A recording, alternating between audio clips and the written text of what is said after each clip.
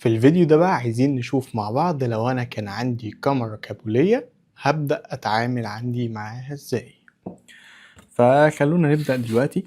ممكن أبدأ إن أنا أرسم بقى الإليفيجن بتاع الكاميرا بتاعي. أقول إن أنا هنا عندي كاميرا ونحط العمود وده الكانتليفر بتاعي. تمام، نحط خطوط القطع بتاعنا، تلاقي إن الدنيا معانا تمام. حاجة برضه هبقى عايزك ان انت تعرفها ان الطول ده بتاع الكانتليفر هسميه الكانتليفر وبادئ معايا من وش العمود اللي موجود عندي، والطول اللي معايا من هنا من الركيزة دي للركيزة دي، فاحنا خلاص عرفنا ان هو عندي ال نت. طيب تفاصيل الحديد بتاعة الكاميرا الكابولية بتمشي عندي ازاي؟ هقول لك طب ما تيجي نرجع كده لورا ونفتكر القانون بتاعنا ان انا عشان احط الحديد بعرف المومنت بتاعي ده عامل ازاي، وبناء على الكلام ده ببدأ احط الحديد بتاعي. فهبدأ ان انا ارسم معاك المومنت بتاعي اللي هيكون عندي في الكاميرا اللي موجودة معايا.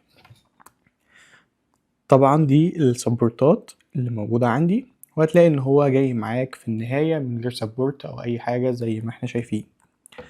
لما هاجي بقى وهرسم معاك المومنت ده دلوقتي كانتليفر، فعارفين ان الكانتليفر بيشيل مومنت علوي عليه مومنت علوي، يعني الحديد الرئيسي عندي في الجزء بتاع الكانتليفر هيكون هو الحديد العلوي بتاعي.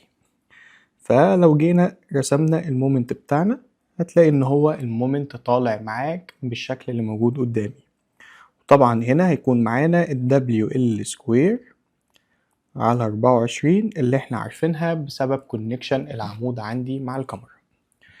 فمن اللي انا شايفه دلوقتي ان انا العزوم اللي عندي على الكابولي ده هو عزوم علوية، فمنطقي جدا لما هاجي احط الحديد بتاعي هيبقى الحديد بتاعي ده علوي. طيب في ناس وهي بتسلح الحديد بتاعها بتاع الكابولي ده ممكن تسلحه بطريقتين.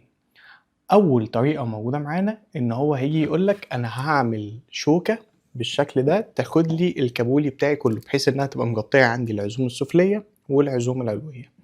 يعني لو جيت وبصيت هتلاقي ان هو عاملها لك بالشكل اللي موجود قدامنا دلوقتي ده كده. طيب تاني نوع هيقولك لا انا مش هعمل للكلام ده شوكة، لان انا هنا اصلا يعتبر ما عنديش عزوم سفلية.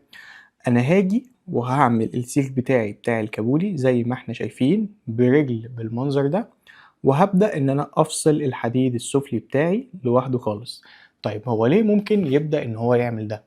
هو لو كان محتاج للكابولي مثلا حديد علوي مقداره 6 في 18، هو ممكن يحط في السفلي مثلا 3 12، يعني فهو ليه يحط كل ده مع انه هو ممكن يوفر. طيب ايه هو الفيصل عندك؟ اشتغل بالطريقه الاولى ولا الثانيه؟ هقول لك الفيصل بتاعك هو الجنرال ديتيل اللي بتبقى جايه عندي مع المشروع، اشوف هو مديني التفصيله بتاعي دي عامله عندي ازاي، وبناء عليها هبدا ان انا اشتغل الشغل بتاعي. فخلونا بقى ان احنا دلوقتي نشتغل مع بعض بالكيس الاولى اللي موجودة معانا اللي هي شكل الشوكة اللي موجودة عندي.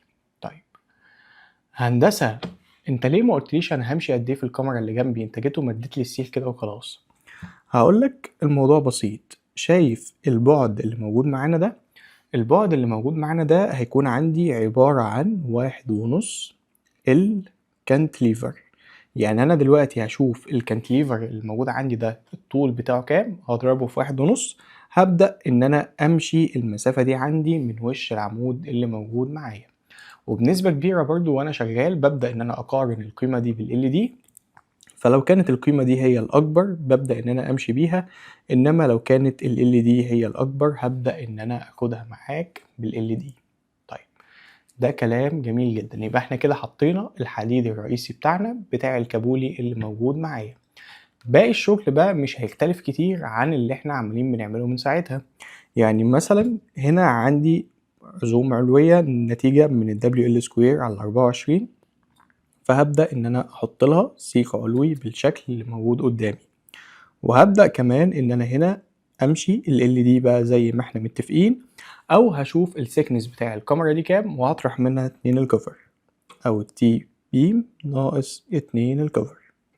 طيب الجزء الفاضي برضو هبدأ إن أنا أحط فيه حديد علوي تعليق للكنات، وهشتغله برضو بنفس الوصلة بقى اللي احنا عارفينها واللي موجودة معانا في الكود.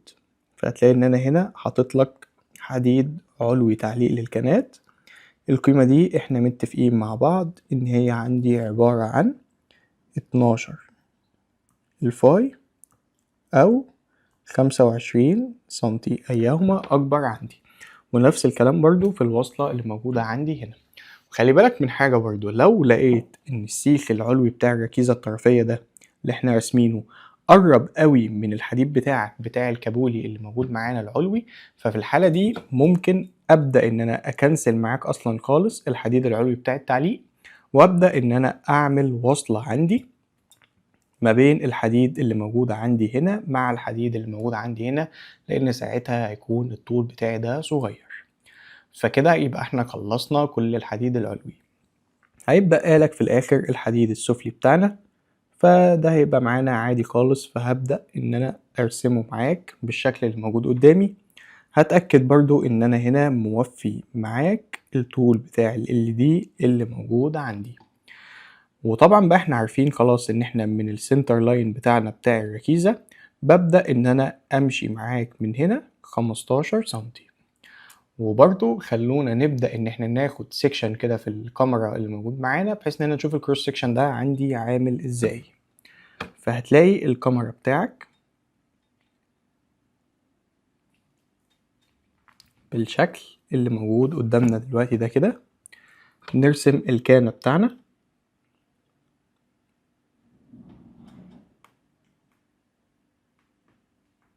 واوعى طبعا تنسى القفل بتاعنا. القفل ده احنا متفقين مع بعض ان هو معانا ب10 الفاي.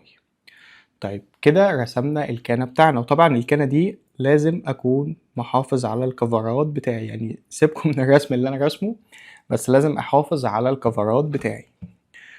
مع الكنب بقى هيبقى عندي الحديد السفلي اللي موجود عندي، وهبدأ ان انا اشوف اقصى عدد احطه في الصف عندي كام بناء على المعادلة اللي احنا حسبناها وعرفناها بتيجي ازاي مع بعض. ولو محتاج مثلا لاير تانية فهبدأ ان انا احط سبيسر عادي خالص، وهبدأ ان انا ارص باقي الاسياخ بتاعي. وبرضو هتلاقي موجود معانا حديد علوي زي اللي احنا راسمينه مع بعض دلوقتي. وما تنسوش طبعا اسياخ الانكماش لو كان سقوط الكاميرا عندي اكبر من 60 سنتي، ففي الحالة دي هبدأ ان انا احط اسياخ انكماش. طبعا هو بيبقى مديهالي في التفاصيل ان انا احط اسياخ الانكماش دي مثلا كل 300 كل 250 كل قد ايه بالظبط، بس يعني هو في الغالب هتلاقيها كل 300 مللي. الكانة بقى اللي احنا رسمناها في الكروس سيكشن دي هبدأ برضو ان انا اوزعها على الاليفيجن بتاعي. فعارفين بقى طبعا ان احنا بنكثف مع بعض في الاول وفي الاخر، وفي النص بتكون السبيسنج عندي العادية، ما عندناش اي مشكلة. فبكده بقى خلاص هنكون خدنا فكرة ازاي لو عندي كاميرا كابولية هقدر ان انا اتعامل معاها بكل سهولة.